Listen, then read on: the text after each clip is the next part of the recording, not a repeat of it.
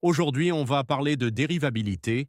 C'est l'un des chapitres les plus riches de l'analyse en maths sup, avec des résultats fondamentaux comme le théorème de Rolle, le théorème des accroissements finis et les développements limités. On va voir les définitions, les grands théorèmes et surtout la formule de Taylor-Young qui permet de faire des développements limités. Ces outils sont absolument essentiels pour les concours. La dérivabilité est au cœur de l'analyse. Elle permet l'étude des fonctions, recherche d'extréma, détermination de la tangente, étude de la convexité. Les développements limités sont l'outil numéro 1 pour calculer les limites et les équivalents au concours. Que ce soit à Polytechnique, Central ou au Mains, la dérivabilité et les DL sont utilisés dans presque toutes les épreuves d'analyse. C'est un investissement qui rapporte énormément. La dérivée de f en a est la limite du taux d'accroissement quand h tend vers 0. Si cette limite existe et est finie, on dit que f est dérivable en a. Géométriquement, c'est la pente de la tangente à la courbe au point A, f de a. Le développement limité de f à l'ordre n au voisinage de a est donné par la formule de Taylor-Young. F de a plus sh est la somme des f exposant k de a sur k factoriel fois h puissance k pour k allant de 0 à n, plus un reste qui est un petit o de h puissance n. C'est l'approximation polynomiale locale de f. Les 5 développements limités classiques à connaître absolument. L'exponentielle, le sinus, le cosinus, le logarithme népérien de 1 plus x et 1 sur 1 moins x. Ce sont les briques de base à partir desquelles on construit tous les autres DL par composition, produit ou quotient. Calculons le développement limité à l'ordre 3 de exponentielle de sinus de x au voisinage de 0. C'est un exercice classique de composition de DL. On commence par le DL de sinus de x à l'ordre 3, x moins x cube sur 6, plus petit o de x cube. Ensuite, on pose u égale sinus de x et on injecte dans le DL de l'exponentielle. On a besoin de u carré et u cube. On calcule u égale x moins x cube sur 6, a carré égale x carré au premier ordre, car les termes d'ordre supérieur ne contribuent pas, et u cube égale x cube au premier ordre. En substituant, exponentielle de sinus x égale 1 plus x carré sur 2 plus x cube sur 6, provenant de l'exponentielle, moins x cube sur 6, provenant du sinus. Les termes en x cube s'annulent. Le résultat est un plus x carré sur 2 plus petit o de x cube. On remarque que le coefficient de x cube est nul, ce qui n'est pas évident a priori. Le théorème de Rolle. Si f est continu sur le segment A, B, dérivable sur l'ouvert A, B, et si f de A égale f de B, alors il existe un point C dans l'intervalle ouvert où la dérivée s'annule. Géométriquement, il y a un point où la tangente est horizontale.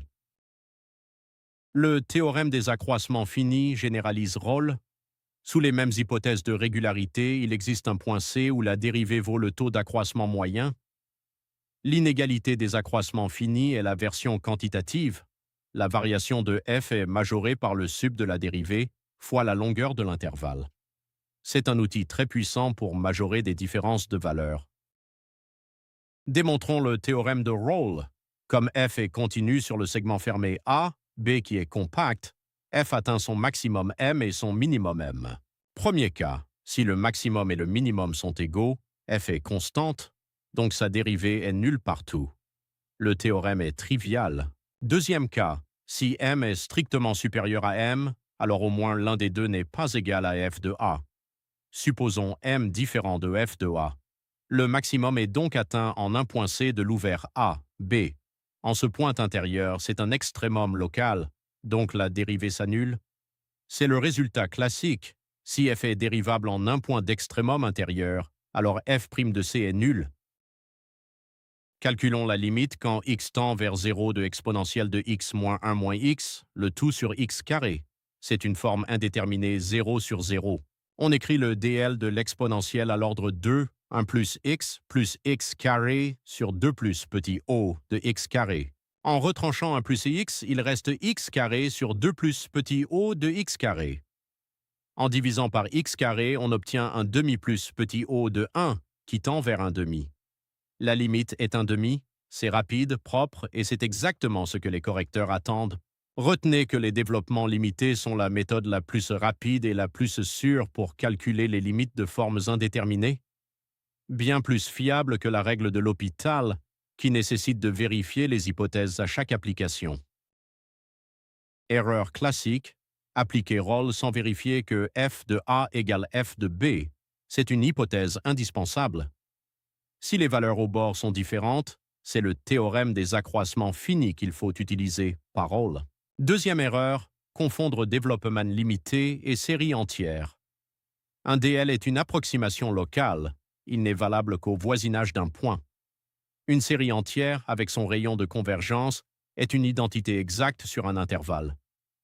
Ne pas écrire la suite infinie quand on fait un DL à un ordre donné.